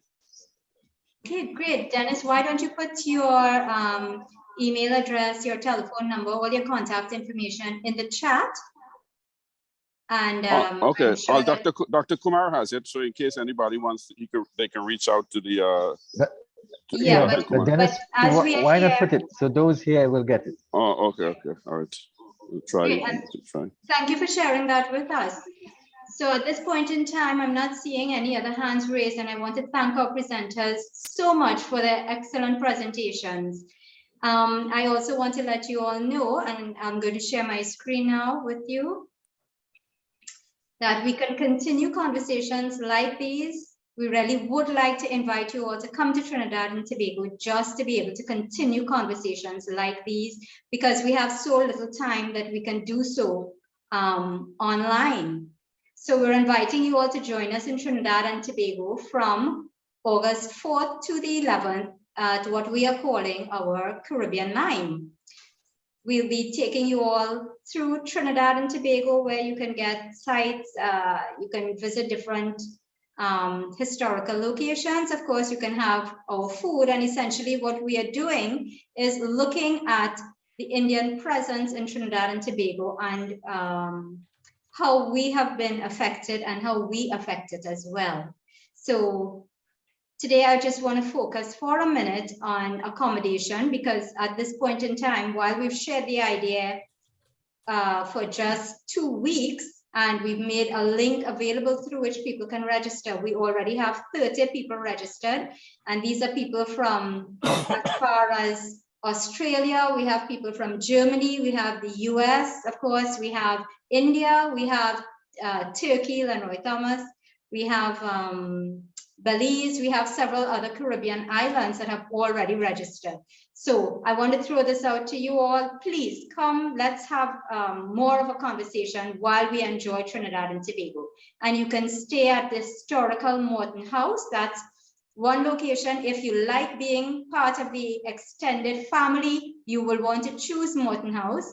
And those rates are as low as 20 US. Per night, as well.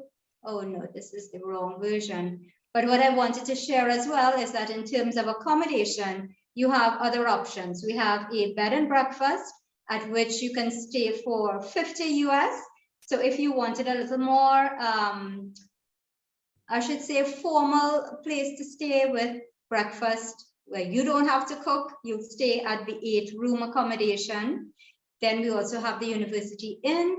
If you prefer more luxury, we have available to you the Catalea Hotel, which is at the Center of Excellence. And all of this is in close proximity to the Piarco International Airport. So I invite you to join us in Trinidad and Tobago. We will make a link available to you. So for those of you who receive our invitations by email, you'll be receiving an email later this week, which will give you the link so that you can register as well. I just want to let you all know, we at ICC are a nonprofit organization. We are not charging for these tours.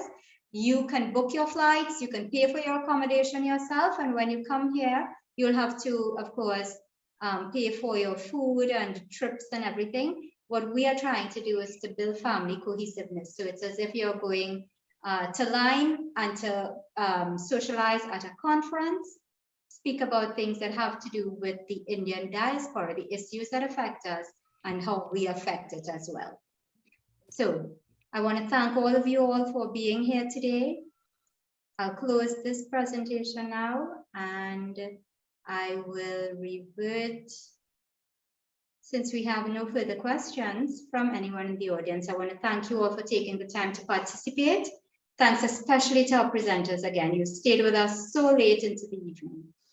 This is a public meeting being hosted by the Indo-Caribbean Cultural Center and the Amina Ghafoor Institute for the Study of Indentureship and its Legacies, led by Professor David Davidine.